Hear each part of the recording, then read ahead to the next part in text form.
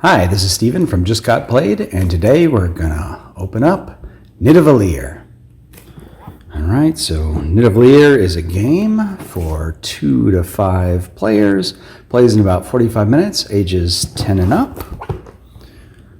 So you can see here, it's got the Dice Tower Seal of Excellence. It's a new game. This is the new English version. Alright, list the components here. Alright, let's take a look at what's inside. So this game came out in 2020, but the sort of the English version landing in North America just arrived here in April. So what do we have inside? Alright, I'm going to dig in and grab the rules first. So we've got some English rules. That's good. Let's take a look what's in here. So you are forming an army of dwarves to fight the infamous Fafnir, the dragon. So you can see all the components here, which we're going to go through. You've got setup and a nice picture of the setup. That's always handy. Talks about the boards and the cards, scoring for each of the different classes, the turn sequence and how it goes. Still more of that, trading coins and gems. The game is divided up into 2 ages. So at the end of age 1 you do an evaluation, and at the end of the game you do another evaluation for points.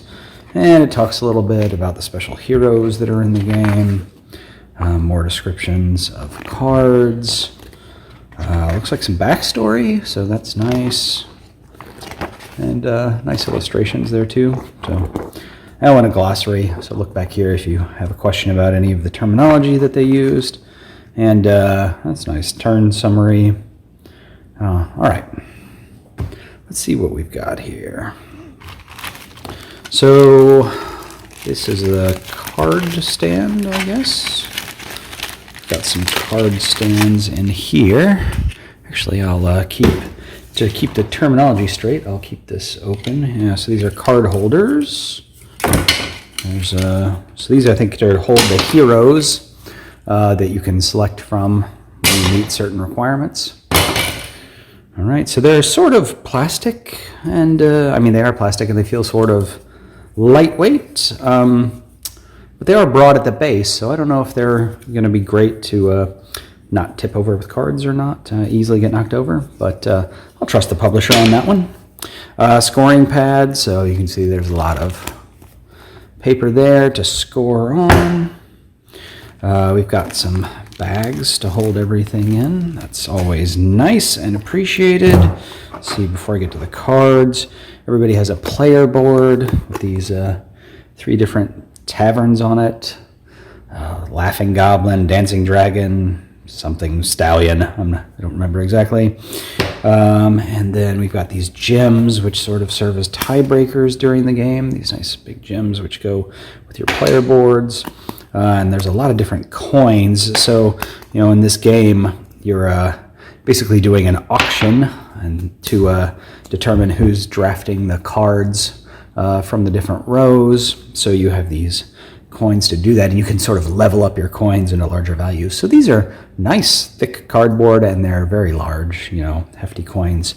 So that's actually a fairly nice game piece. Let's look at some more pieces that are in here. I'm sure there's a lot of stuff to punch out. So basically the same thing as what we just saw a second ago. More of those pieces to punch out. There are 5 of these player boards.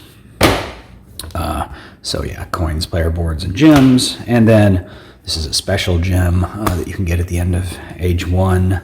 And again, a bunch of the coins. They're different colors because some go in a treasury to choose from, and then some are just the individual ones that the players start with. These are the different taverns I was talking about. Right, so those are nice, big, thick things. Those are out on the board, and the dwarves are in the tavern that I guess you're recruiting. And these pieces, was there a picture of this in the manual? There is. All right, so here there's this sort of stand that you assemble for the Royal Treasury, I think it's called, that you put all the coins in. I'm not going to assemble that right now, but man, I hate it when these little tiny pieces don't punch out very well. Let me see if I can just punch one out. Yeah, see, that's annoying. All right, but you're going to punch these out and assemble this treasure chest or whatever it is. All right, let's see, what did they actually call it in the rules? They called it the Royal Treasure, looks like. All right, so we've got some more pieces here as well. Everything is nice, thick cardboard, so that's a nice brushing. Now, of course, let's have a look at the cards here. So here's a deck that looks like it might be the dwarves. So let me go ahead and open that up,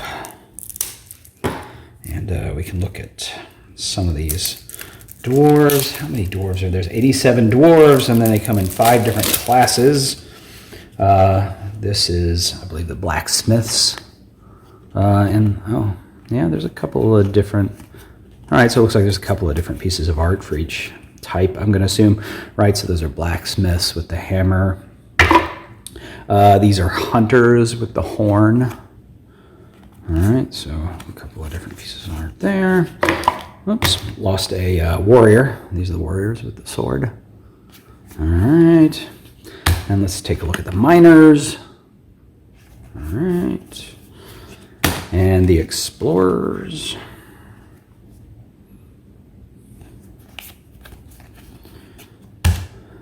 And here's some cards to allow you to add on to your coins. They're like treasure cards, and they're distinction cards.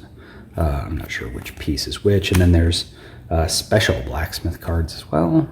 So just a bunch more cards.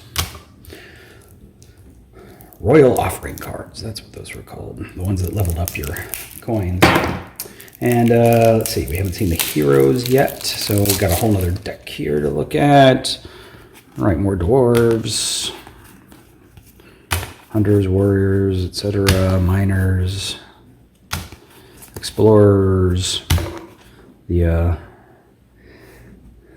royal offering cards. All right, so these are heroes that have different special abilities. When you can draft them for when you draft a dwarf of each type. When you get to do that, you get to then select a hero. So all the heroes have names, and these are point values up here. These are different effects down here that they do. So different ones score different ways. The blacksmiths and hunters score differently than, say, the warriors, which are just straight up points. So seems like they all have individual art, which is nice. All right, so a bunch of, some of them aren't of a specific type, and so they go on a different section of your board. There you go. So that's what you get in the box. So hopefully I'll be able to get this to the table soon and tell you what I think of it. If you liked the video, go ahead and hit the like button, and go ahead and subscribe if you want to see more of these videos. But until next time, thanks everybody. Have a good one.